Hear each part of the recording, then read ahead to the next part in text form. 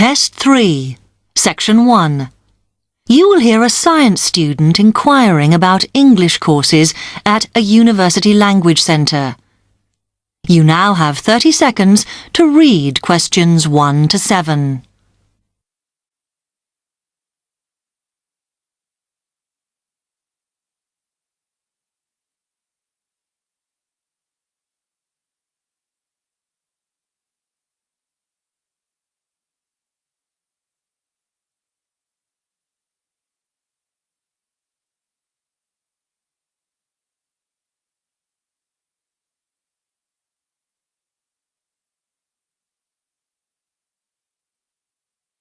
Hi, I've come to ask about the English courses you run for international students. Oh, right. I assume you're a student at the university. Yes, I've just started. Okay. Well, we've got a range of courses. It depends what you think you need and how much.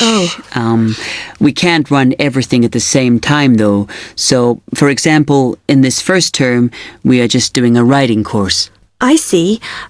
That sounds quite useful. What else is there? Some of the courses only run for single terms, and we tend to focus on what students have difficulty with. That means we don't usually do speaking courses, but next term you can do listening. That'll help you with lectures and things. Our provision is all based on what the majority of our international students need. So, is everything term-based? There's nothing that you run all year? Well, let's have a look. Yes, there is a class for vocabulary and grammar every term. That's for everybody, but it's split into 3 or 4 levels. And what about in the holidays? We don't do anything during the winter or spring break. But over the summer, there's just general classes because that's what most students want. A bit of everything. Okay, quite a variety then. I'll have a think about what I really need because I haven't got much time. Do you have about 20 students in each class, the same as our science seminars? We try to keep it at about 12 and certainly not more than 15. It's important for language classes. They're very different from your normal courses. Right. And how much are the classes? The rate varies depending on how many hours you attend, but you shouldn't have to pay. Usually, the department will fund you and even sort out which classes you need. Brilliant. It would be quite useful for me to have a certificate to take back to my country. Do you put us in for exams? Yes, but we don't like them to clash with your main course exams in June, so we run them in May. Oh. That leaves you time for revision. Do I have to sign up for something now? I'm not quite sure what I want. Classes haven't quite started yet, so you've got time to decide what you do. All we insist is that you sign up before week 5. That gives you about 3 weeks to decide. Okay. You now have 15 seconds to read questions 8 to 10.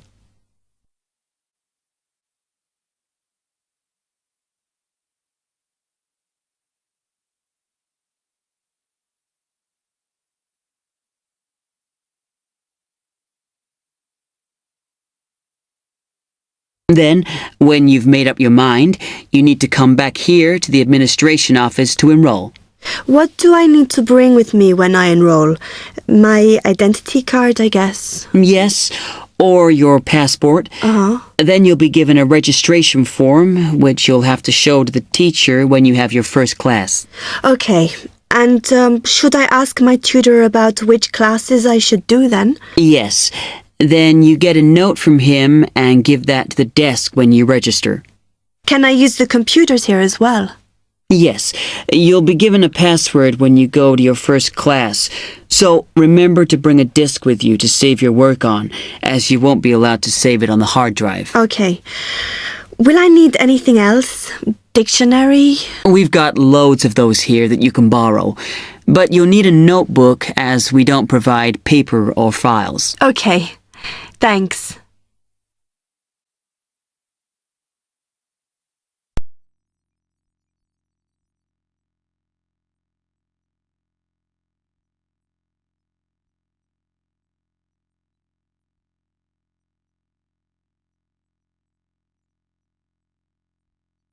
Test 3, Section 2. You will hear a man giving some information about transport in London. You now have 30 seconds to read questions 11 to 15.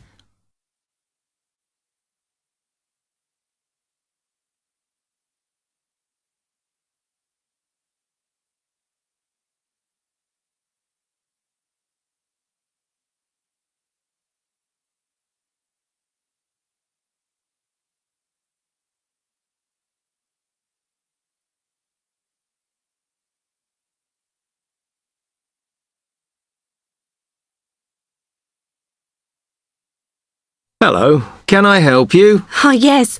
I was wondering what the best way was for me to get around London. Well, there are a lot of possibilities. As you probably realise, the main ways to get around are bus, train and tube. Oh? The Underground. Oh. It depends how much you want to spend. All forms of transport offer special tickets, such as cheap day returns on the trains and so on. Overall, you'll spend less on the bus as it operates on a basic flat fare for each journey. But of course it may not go to where you need to travel to. The mainline trains only operate in the outlying areas, though a few cross London, whereas the tube has stations which are placed in central areas of the city, close to the main sites and shops. Obviously there are more bus stops, but you will probably have to change buses to get where you want, which can be inconvenient. You will find that the buses are mainly in the central areas, but some tube lines go quite a long way out of London, so you could use this for longer journeys. Having said that, the tubes do get very crowded, so you should use the train if you want to sit down. It does depend where you're travelling to. Well, I'm living on the outskirts, but I have to travel into London to college every day, and then around London when I'm here. OK, so time is going to be an issue for you. The tube should be fast crossing London, but quite honestly, there are so many delays that it's not very efficient. Again, the train has fewer stops, so is probably your quickest option to get to and from college. Of course, which service you use might depend on how frequent it is. I mean, the trains might only be every 20 minutes or whatever, but a timetable is published to save you hanging around.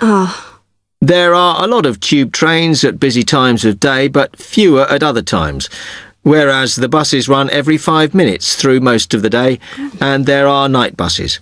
But you'll need to check out your route first. You now have 30 seconds to read questions 16 to 20.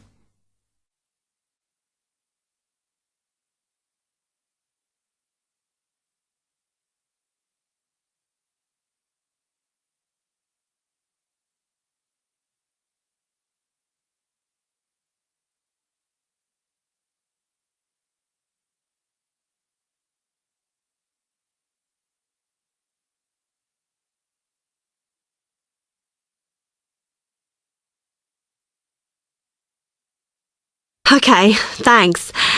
How can I get from here to Hackney then? Right, well, you can choose.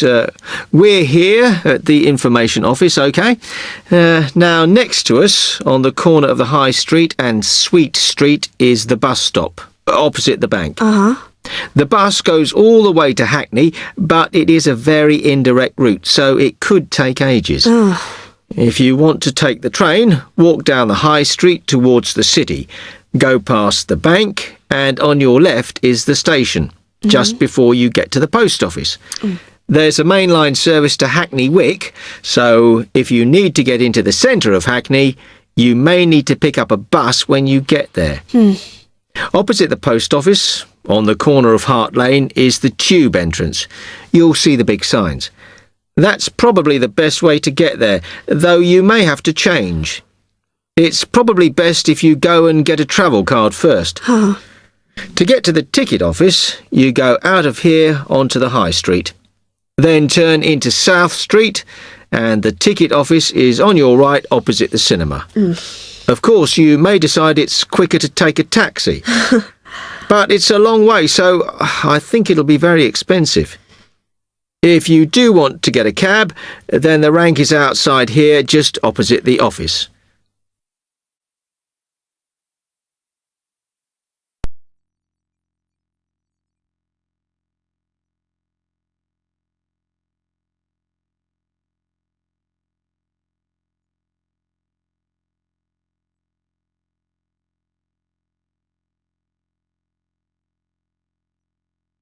Test 3, Section 3. You will hear two medical students, Caitlin and Hideki, discussing options for courses. You now have 15 seconds to read questions 21 to 23.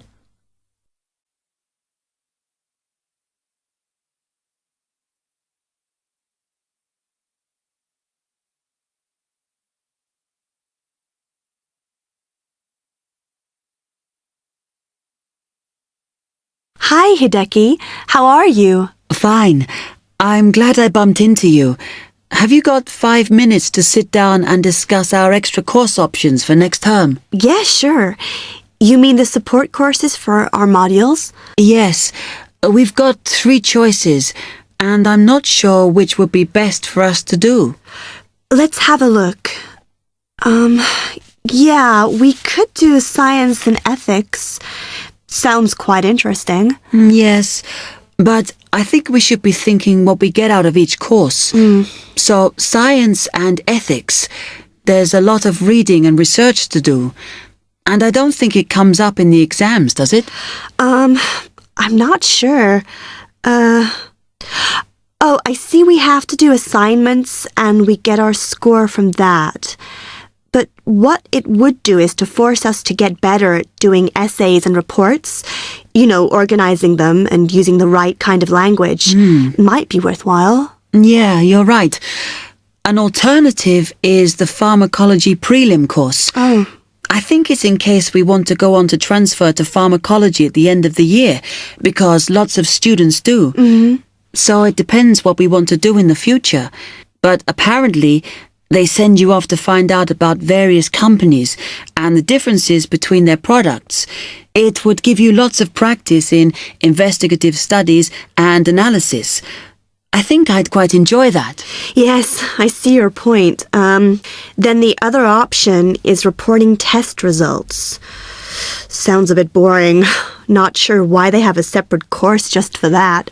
Well, I could certainly do with some help in that.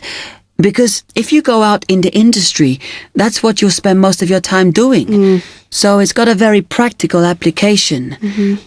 I think I'm going to go for pharmacology. Me too. You now have 30 seconds to read questions 24 to 30.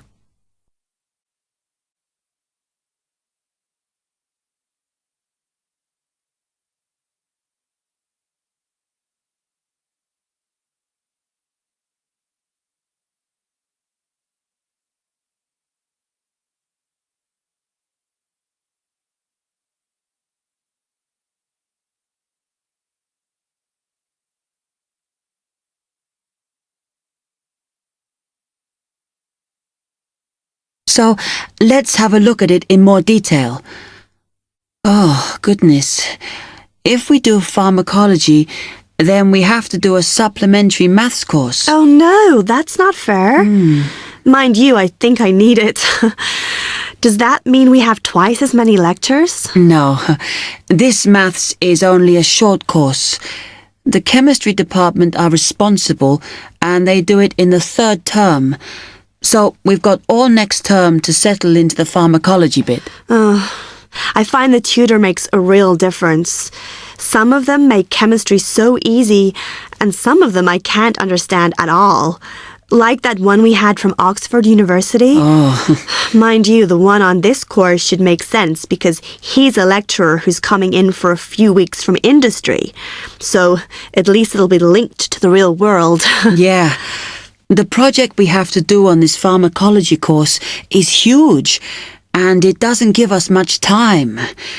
We have to make a decision about what we want to do on the project as soon as we start in January, and then hand in our plans before the end of the month.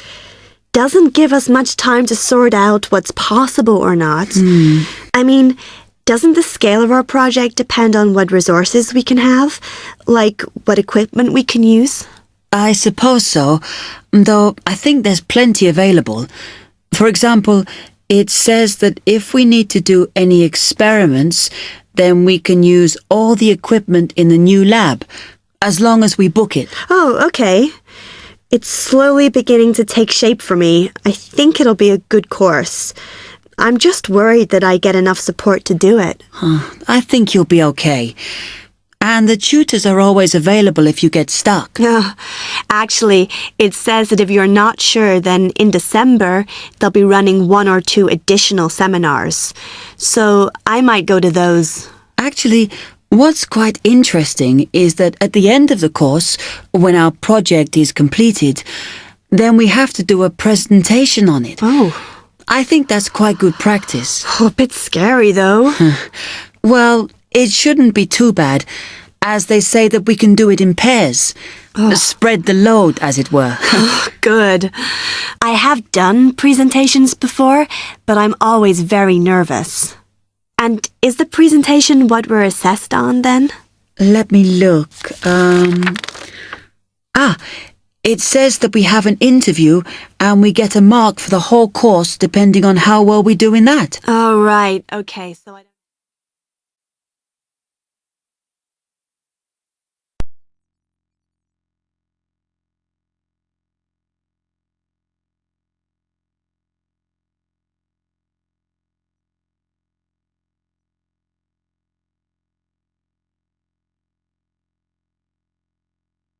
Test 3, Section 4. You will hear part of a lecture on cities of the future. You now have 30 seconds to read questions 31 to 37.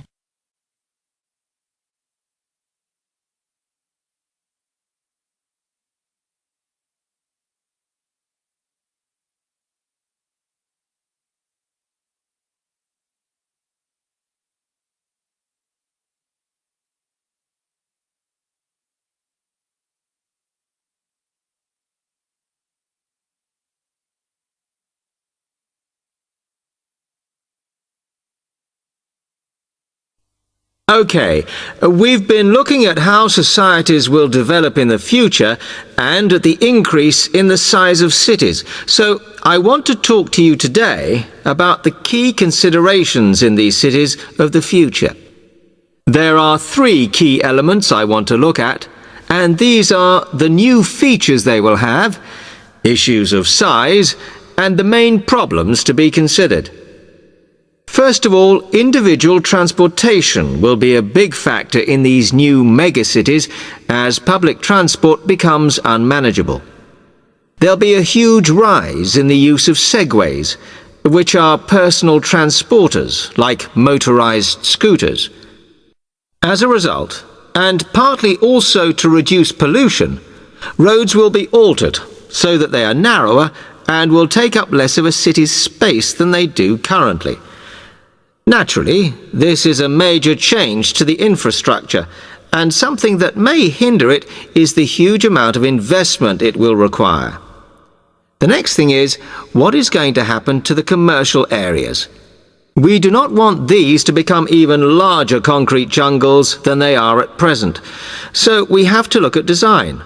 And current designs for city development include building gardens on the roofs of these buildings to make a more pleasant environment for workers. And you may think that these areas will expand to cope with increased commercial activity.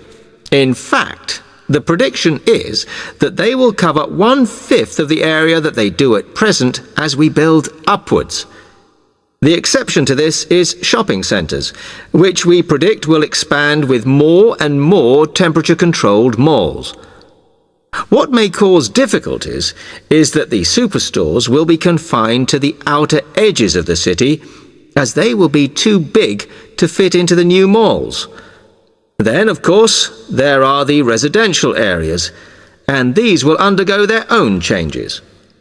One particular development will be houses which are built from glass, as innovations in this material allow it to provide light without causing problems with temperature inside a building.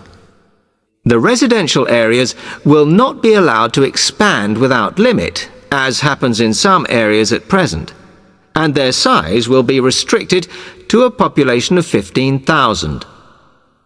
One issue, which has yet to be resolved, and I'm not sure it ever will be, is how we manage to house older residents. They will be increasing in numbers as time goes on. Finally, how will these cities live? We know we have limited energy sources, so what will we do? Well, something currently in development, which will be a feature, is that waste is going to become an energy source. For example, to provide gas in homes. Also, as new technology and systems are developed, we will find that energy plants will become smaller. Another energy source we could use, but one which raises issues of having enough space and too much noise, is wind farms. Because of the problems, I'm not convinced these will be the grand solution to our energy problems that we thought they were going to be. You now have 15 seconds to read questions 38 to 40.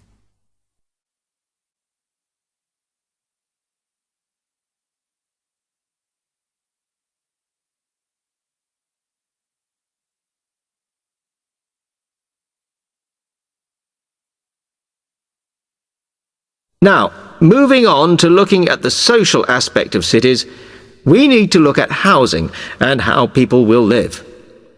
Cities currently have flats in the centre, populated by single people and wealthier residents, and families tend to move to the outskirts. In the future, the centre of cities will see a dramatic change. We will see many more examples of cooperative buildings.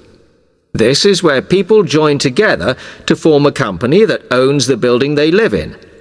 And despite continuing shortages, there will also be a rise in the provision of retirement homes in city centres, so that the elderly can have easy access to hospitals and shops. Recently, we have seen a levelling off in the growth of private housing, and I think that will not change. But we are likely to see more social housing, as far fewer people will be able to afford to own their own homes. OK, now, if anybody has any...